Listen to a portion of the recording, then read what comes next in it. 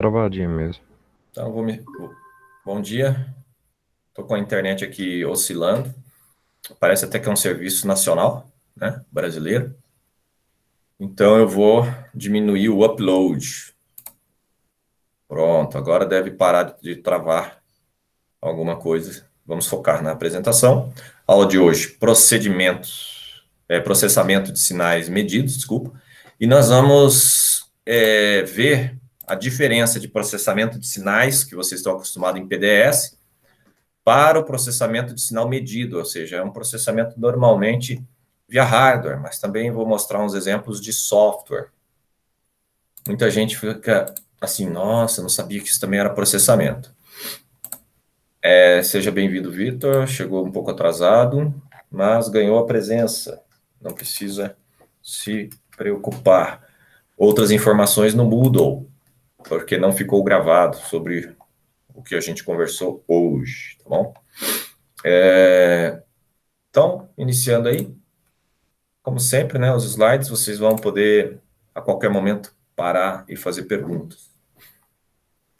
O objetivo aqui da aula de hoje, então, ou os, né, entender o significado da expressão, né, processamento de sinais, tenho certeza que a maioria já conhece, lembrando que a nossa matéria de instrumentação, ela é muito repetitiva, pois ela é mais uma disciplina de interdisciplinas, né, envolve vários conhecimentos e aplica. Nós vamos falar de alguns tipos de processamento que nós vamos usar aqui, né? Então, nós vamos pegar o que vocês já sabem e vamos exemplificar. Vamos falar de exemplos, discutir alguns exemplos. Então, exemplos é sempre bom. E, por fim, propor um trabalho parecido com o da aula passada, só que agora com foco no processamento. Inclusive, a aula passada, que é condicionamento de sinais medidos, pode se confundir com processamento e também pode se confundir com a próxima aula, que é o tratamento ou apresentação de dados, né? Porque é muito parecido uma com a outra. Vamos começar com uma boa definição, eu gosto dessas definições, né? O que seria um processamento de sinais, aí dei uma pesquisada, foi difícil encontrar algo, mas eu gostei desse aqui, ó. Ato ou efeito de processar, né? Não ajuda nada, né? Mas o que é processar, né? Aí a gente faz essa pergunta, né? Eu também não gosto quando eu encontro no dicionário uma palavra que fala que é o verbo. Fica difícil, daí você tem que procurar o verbo também. Então vamos dar uma olhada. Peguei 3 opções aqui para ver se ajuda. Processar é ver se há exatidão, correção em alguma coisa. Poderia ser outros exemplos, né? Então, processar, você está querendo processar a informação, ver se ela está correta, ver se ela procede, né? E etc e tal. Coisa que tem sido feito pouco aí por alguns pessoal aí hoje em dia, né? Tem que pegar a informação e avaliar com maior correção aí. Conferir, verificar, muito parecido com o de cima, né? Ver a exatidão, a correção. E o que a gente quer aqui é esse aqui, organizar dados. Só que, apesar dessa apresentação ser a mais tradicional do processamento de sinais, do PDS lá, da matéria PDS, ou seja, foco na informática, o nosso foco não vai ser informática, o nosso foco vai ser eletrônica, né? Ou instrumentação. Mas é muito parecido com a da informática. Alguém quer comentar? Tá tranquilo?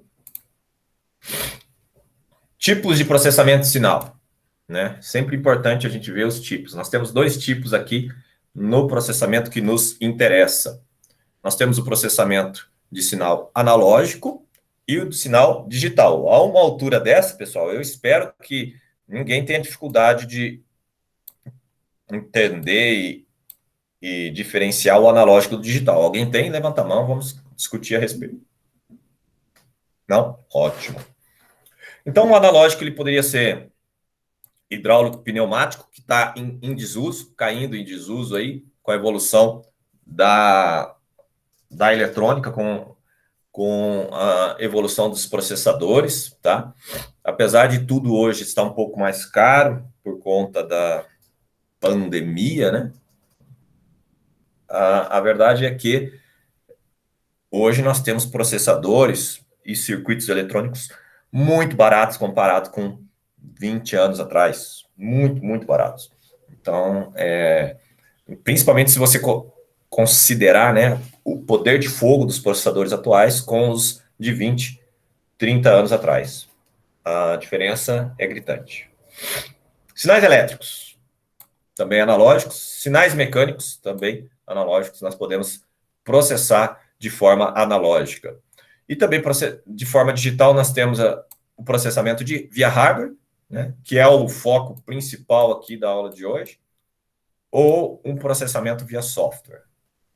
Então, já vamos começar aí com um processamento via hardware, que é o principal foco do nosso intuito, principalmente porque via software vocês têm PDS, então eu não vou ficar competindo com outra matéria que 6 meses vocês viram processamento aí, que tem processamento de imagem, de vídeo e de tudo mais lá, né? O que nós temos aqui? Nós temos um exemplo, né? Se você procurar na internet sobre esses termos, principalmente toda pesquisa que você fizer, se você fizer em inglês, com o inglês correto, você vai encontrar muito mais informação. Né? Eu, há poucos anos atrás, descobri que eu não encontrava nada, e aí eu passei a pesquisar sempre em inglês, ao invés de pesquisar em português. E aí a abundância de informação fez com que eu aprendesse muito mais. Pesquisar em português, você fica muito limitado. Então, pesquisando em inglês lá, né, nós encontramos aqui um processamento de sinal medido. Olha só que interessante, você está medindo pressão, está aqui, ó, pressão. Então, você tem aqui um medidor de pressão. Na verdade, você tem um medidor de duas pressões, dois sensores. Ele mede pressão 1 e pressão 2. E compara as duas pressões. Está fazendo uma AND lógica, né? Então, o resultado que parte, né, o sinal que me interessa, que eu vou usar desse sensor ou desse aqui, eu falo sensor porque ele está medindo pressão, né? É um AND. Se tiver aquela pressão e aquela outra pressão. E aí existe esse modelo, esse outro modelo, não é importante. Também tem a versão do OR, né? Em que você tem aqui o OR lógico entre duas pressões.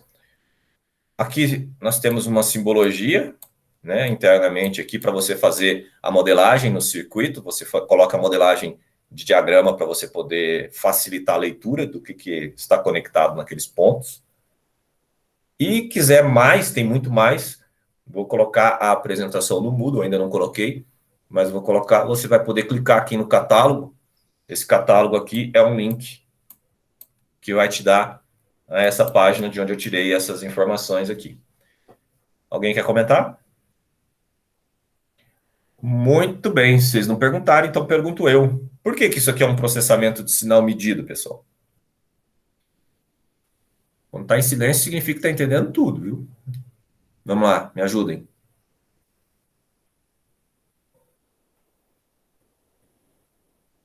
Por que eu considero, e todo mundo, né, considera que isso aqui é um processamento de sinal medido?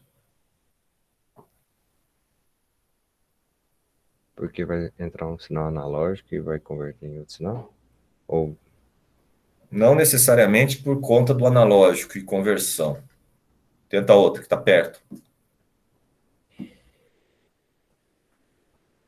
ele vai só processar para ser analisado em um outro circuito, alguma coisa assim? Ele tem aqui um sinal cru, que seria pressão.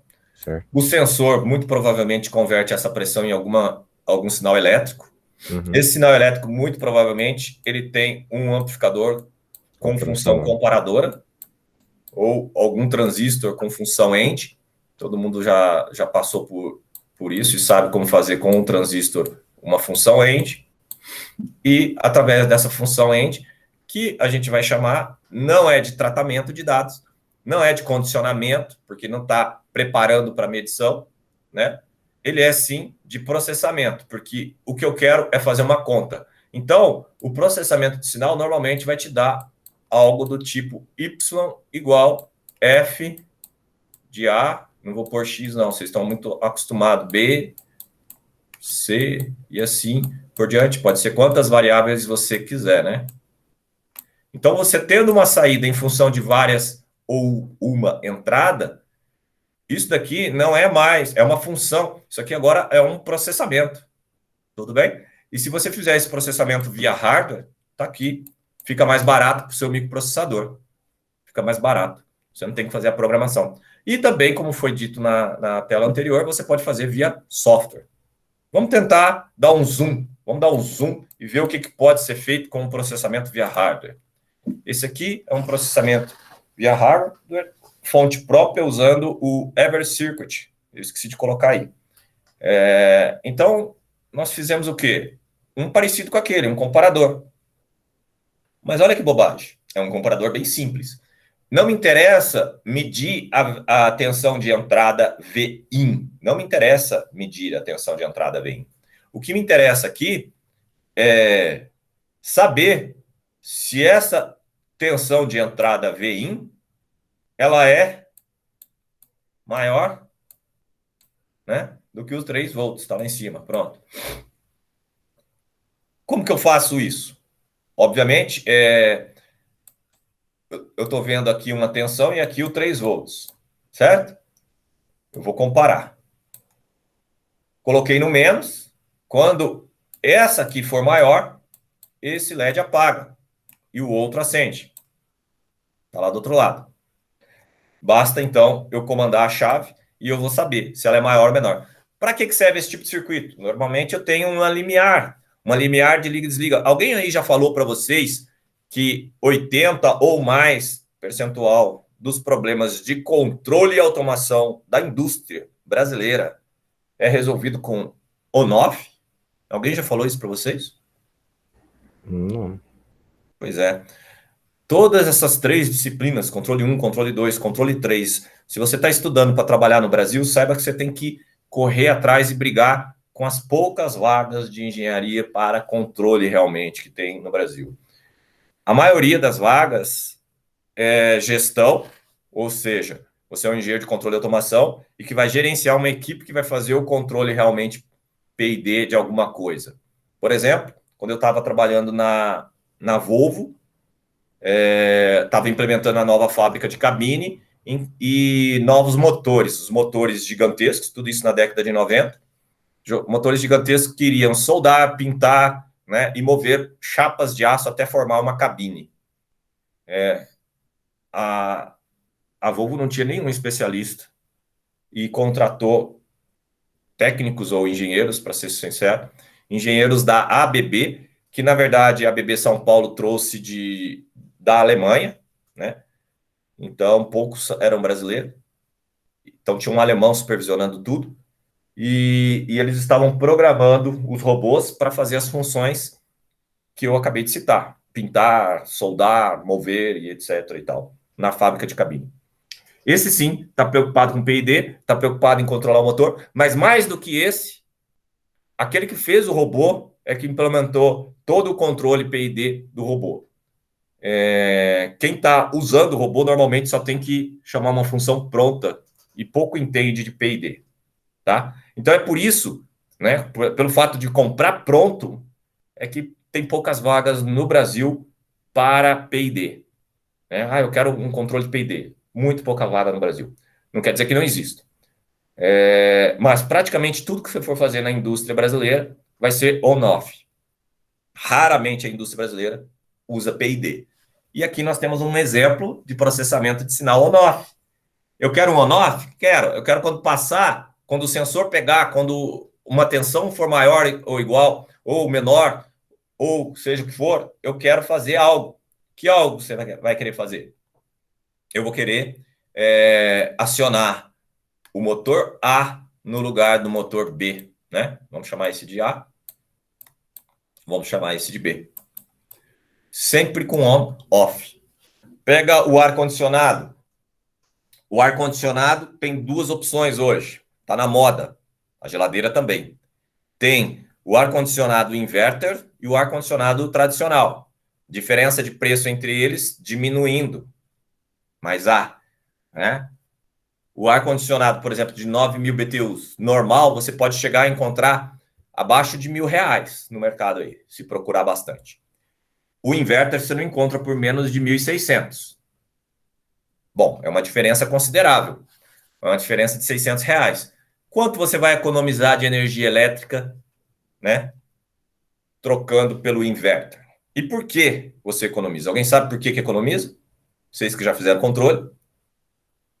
Eu acho que é porque ele não desliga, né? Ele fica sempre ligado, só que ele diminui a rotação e tal. Não tem como. Exatamente, mas não é só porque ele não desliga. O que faz o motor consumir muito é a corrente de partida, Certo. certo? E também o fato dele ficar trabalhando no on-off, ele tem um termostato que dá o on-off, o ar-condicionado tradicional fica trabalhando no on-off, significa que ele fica ligando e desligando várias O vezes em tempo inteiro. poucos minutos. Na hora que Uhum. você escuta ele ligando, você fala, lá se vai meus euros, entendeu? Entendi. Enquanto que um inversor, que controla a velocidade do compressor, do motor e etc., a geladeira, só para você ter uma ideia, eu tenho uma geladeira maior do que a minha anterior. A minha anterior, ao longo do mês, ele tinha o consumo de 59 quilowatts. Essa geladeira que eu tenho hoje, inverter, ela tem um consumo de 39 quilowatts, né? E fica ligado direto na tomada. Então, ela consome menos que o filtro, por exemplo, que não é inverter. Eu tenho um filtro que fica ligado também direto, ele consome mais do que a geladeira. Compensa eu colocar a água na geladeira, né? Mas a facilidade de um filtro faz a gente gastar um pouco mais. Então, o que eu estou querendo dizer aí? Que o on-off é o que você vai trabalhar. Infelizmente, é o que você vai trabalhar. E o P&D, que é muito mais eficiente, ele também será mais caro, né? E a gente viu aí algo em torno de 60% mais caro e o retorno é em menos de um ano. Ou seja, você paga 60% a mais e 12 meses. Eu pergunto, o retorno em 12 meses mostra que o investimento vale a pena ou não? Eu acho que sim. Claro que sim, né? Qualquer empresário, até 5 anos, né? Olha tanto de meses. Até 5 anos, o empresário fala que o investimento retornando em 5 anos está ótimo. Porque 5 anos, pessoal, nós estamos falando de 20% ao ano real, né? Ou seja, você aplica 100 hoje, em 5 anos você tem de novo cada ano você pega 20% de volta. Então, em 5 anos você já tem o capital de volta e o resto da vida, entre aspas, tem que dar manutenção nesse sistema, né? Tem que ver. Esse ROI, ele depende da manutenção, tem que ver a manutenção nesse sistema. Se você não der manutenção, pode ser que o seu ar-condicionado estrague. Mas se ele fosse on-off, ele também estragaria. Tem que lembrar disso, tá? Então é por isso que eu não ponho muito a manutenção aqui. Então, mantendo a manutenção, ele vai falar: nossa, esse investimento vale a pena. E é por isso que eu tenho hoje aqui em casa painéis solares no telhado. Por quê? Porque o retorno é em até 5 anos. Se o retorno fosse de 7 anos, como era anos atrás, lá em 2012, 13, era de 7 anos. 7 anos você tem que pensar duas vezes. Poxa, eu vou investir? Nós estamos falando em menos de 20%. Tem outros investimentos mais interessantes, né?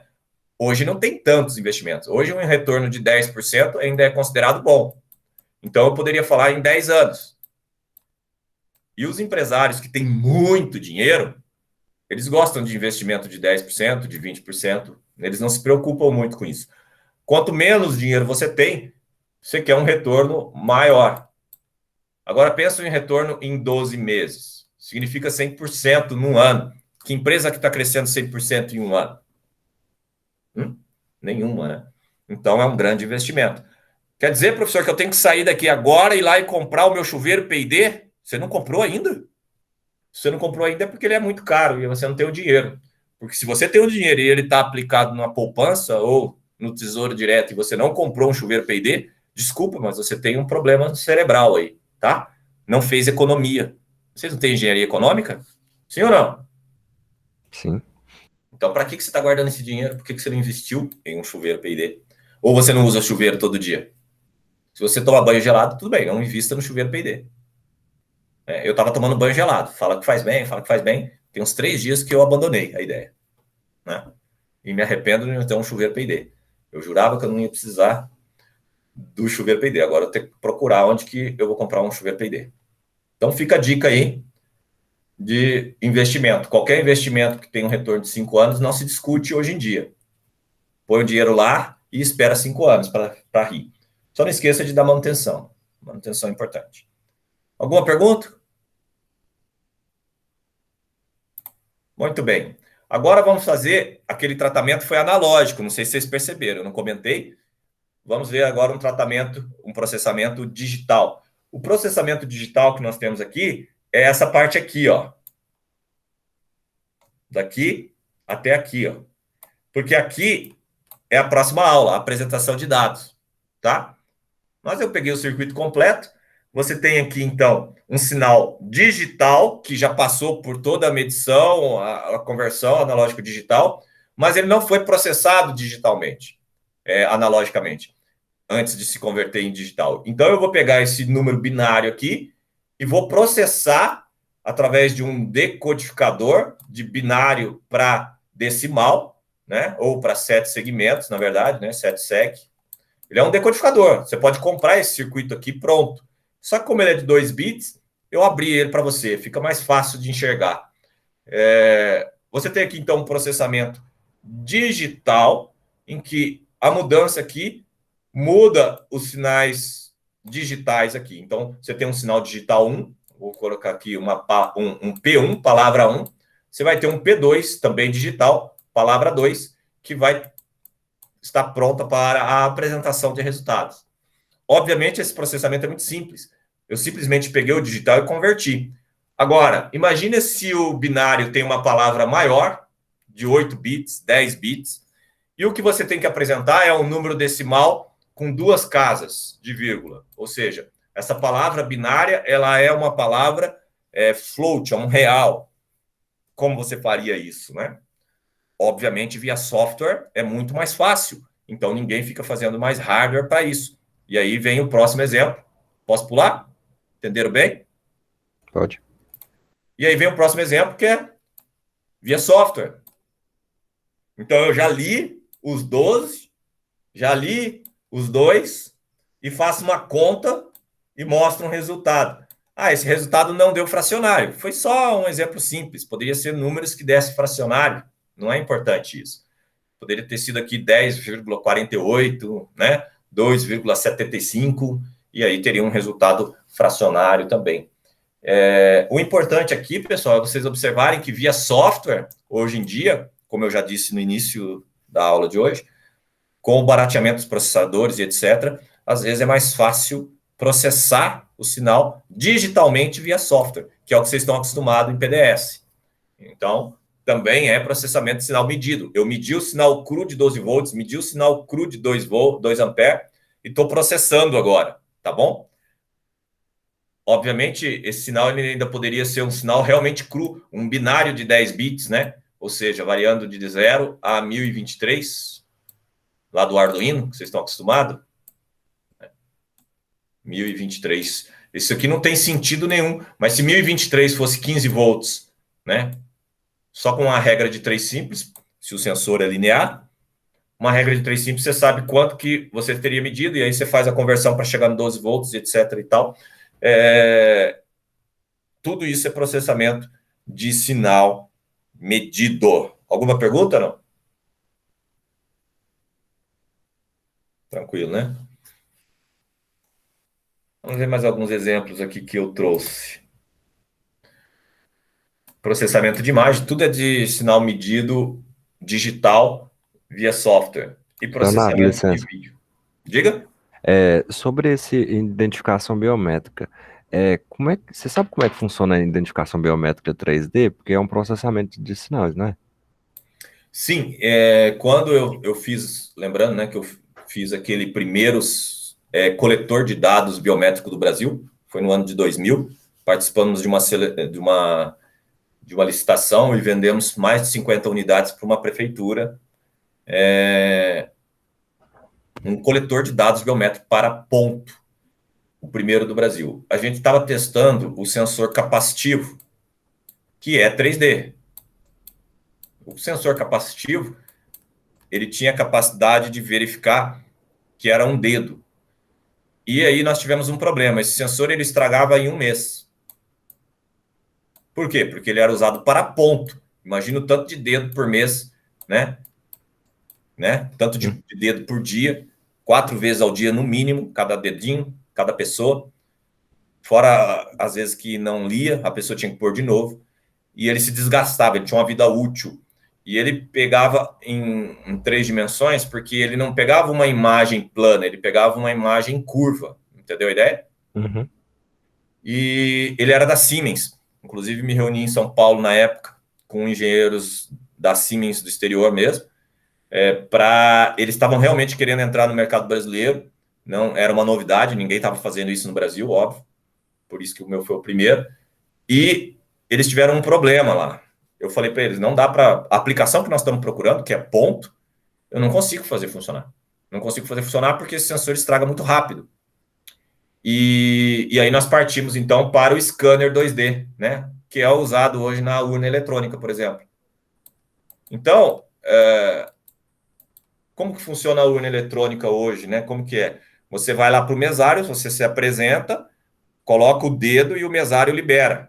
Se o teu dedo falhar, se você tiver um dedo igual da minha esposa, que não consegue funcionar com a sua identificação, o mesário coloca que você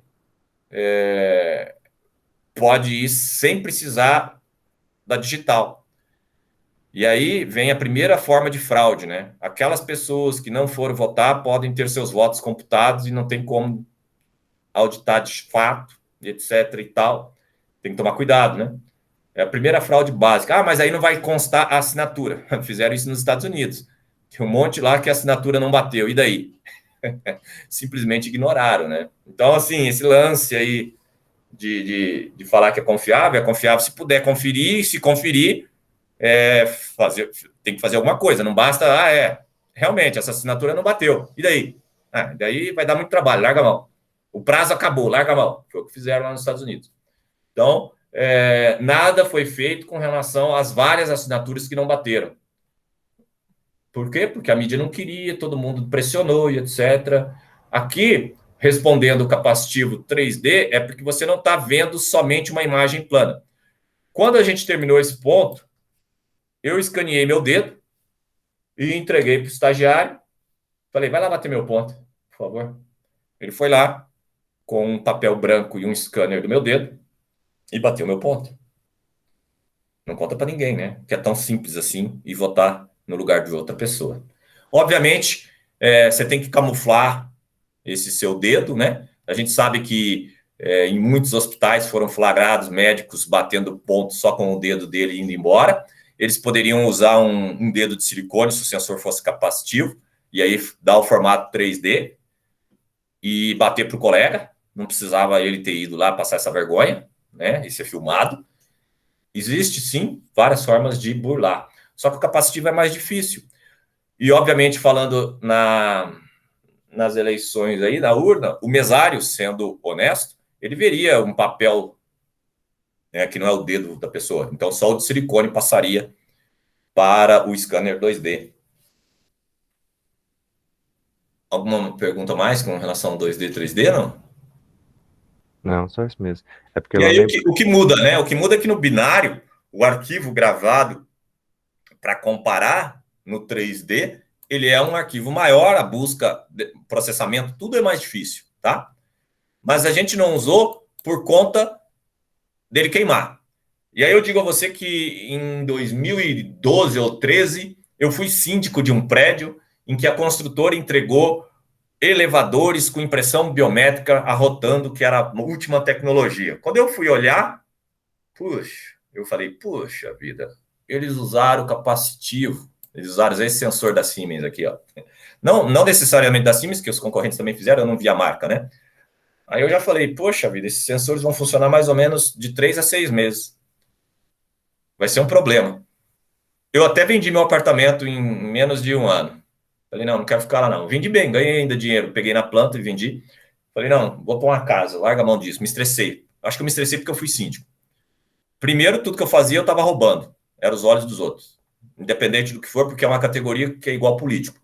Todo mundo acredita que rouba, até que ele prove o contrário, não que provem que ele roubou. Então, era muito complicado. Consegui até internet gratuita, eles falaram que eu coloquei uma antena de infravermelho. Como é que é? Um advogado ficou me perseguindo quando eu era síndico. Eu coloquei uma antena em cima do apartamento dele, porque ele era o último lá, ele estava muito perto da cabeça dele. A antena era de micro-ondas e ele falou que ele estava cozinhando lá. Olha a inteligência do ser, né? Para qualquer um que sabe como é que funciona micro-ondas, ele é praticamente um raio laser, né? Ele está apontado para um lugar, o rádio recebe aquela. E na época não tinha nenhuma operadora que fazia a cabo no prédio. Eu resolvi o problema do prédio trocando, colocar uma repetidora lá e passando a fiação para todo mundo. E aí tinha gratuito mesmo, literalmente gratuito. Ele me fez arrancar e como é que fala? E esperar alguma operadora ter no prédio, para alguém ter internet no prédio. Não vou nem falar mais nada, né? Vocês já viram a dificuldade que é. Tudo bem, eu poderia ter cobrado algo, por quê? Porque dizem que uma repetidora num prédio alto tem um valor, mas aí foi a ignorância e não a má fé, né? A ignorância. Eu não sabia que dava, né? Tem torres aí que eles pagam mensalmente 10 mil reais, 5 mil reais, tudo depende da posição e da altura. Bom, fato é que micro-ondas ele vai direto para o ponto e ele não vai errar, porque se ele errar, não pega. Então não vai ficar mirando na cabeça dele que estava perto, como ele pensa. E sim, se um micro-ondas ficar apontando para o seu cérebro, ele vai cozinhar seus neurônios. Nisso ele estava certo. Mas só nisso. Se você pegar um medidor de radiofrequência e sair pela cidade, você vai cair duro com a quantidade de raios eletromagnéticos que está passando pelo seu cérebro hoje. Com o 5G, isso vai aumentar e muito. Mas não tem nenhuma comprovação científica que em menos de 100 anos isso afete você, tá bom? Não tem. Mas também já tem gente lutando contra. Se você quisesse viver mais de 100 anos, pode ser que prejudique você. Obviamente, se você é um bebê e é colocado numa zona que é muito bombardeada, por exemplo, os predinhos do Marista ali. Ali nos predinhos do Marista, por causa do volume de gente com rede móvel, eles não estão obedecendo às normas de segurança. Das 6 horas, todas as operadoras brigam aumentando a potência acima do permitido da Anatel para garantir sinal e não ter ligações de reclamação de que não está funcionando o seu smartphone, entendeu? Isso é grave. E ninguém está nem aí. Isso é fato também. Caberia aí... como que funcionaria? Alguém teria que ir lá e quem é responsável por isso? O órgão de regulação, né? Mas eu conheci uma vez um cara que trabalhava na Anatel, lá no Paraná, eu conheci, lá em Curitiba. E ele me contou o tanto que era bom ser auditor, eu não sei se é auditor, perito da Anatel.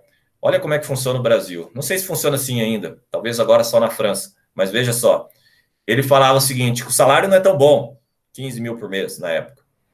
Mas o bom mesmo é que você tem todos aqueles aparelhos para medir a radiofrequência, você chega na empresa e fala assim, olha, semana que vem eu volto aqui para verificar se você está dentro da especificação. E é claro que você está fora. E você vai precisar comprar esse equipamento, e esses equipamentos vão custar tanto para você se adequar. Normalmente, operadora de celular, coisas assim, que estava fora da especificação. Se você me der 25% desse valor, eu finjo que você está dentro. E aí, o salário dele era em torno de 160 mil. Ele multiplicava o salário dele por 10, porque ele já sabia quem não estava dentro das especificações. Como as multas eram altas, ele poderia ganhar valores relativamente altos de comissão por ocultar radiofrequência acima do normal. Claro que hoje não deve mais acontecer isso, né? Claro, anos não deve acontecer isso. Isso tudo que eu estou falando é da década de 90, tá? Imagine hoje, né? Então tá certo. Voltando ao nosso processamento, né? Você pode melhorar uma imagem. Por exemplo, você tem uma foto e quer descobrir, né, um perito criminal da área. Não sei se você sabe, perito também é uma área que vocês podem atuar. Um perito criminal pega uma imagem de uma câmera de segurança dos arredores e consegue identificar uma pessoa através de melhoramento do processamento de imagem, né? Comparar a imagem, né? Muito comum hoje, a tecnologia chinesa está evoluída nisso, né? Eles têm câmera para todo lado e eles sabem quem está passando aonde, localiza as pessoas. A gente vê em filme Lembrando que tudo que a gente vê em filme, que parece muito futurístico, longe da nossa realidade, em menos de 20 anos se tornou realidade, tá? Toma cuidado aí se achar que é impossível. Hoje já tem essa condição aí de que satélites encontram você no mundo. Isso já existe. Tá? Ler informações de uma imagem. Isso aqui a Furnas estava precisando de um processamento desses aí, de imagem. Furnas tem um equipamento de calibração muito bom no laboratório deles. Aqui, Furnas, aqui em Aparecida, tá? E eles queriam que um aluno nosso escaneasse a imagem, né? Ou seja, digitalizasse a imagem. Eles iam colocar uma câmera de boa resolução na frente do equipamento. O computador iria controlar essa câmera para bater as fotos na hora certa. E o software iria pegar essa imagem e ler quanto que estava sendo medido no equipamento, ao invés da pessoa digitar. Isso é muito interessante mesmo. E por fim aqui, filtrar uma imagem, né? O de vídeo é muito parecido com a imagem, mas hoje em dia o que se usa mais é velocidade e aceleração. Você pode instalar no seu smartphone hoje um aplicativo que você filma e ele pega a velocidade do carro, ele pega a velocidade de uma pessoa e assim por diante.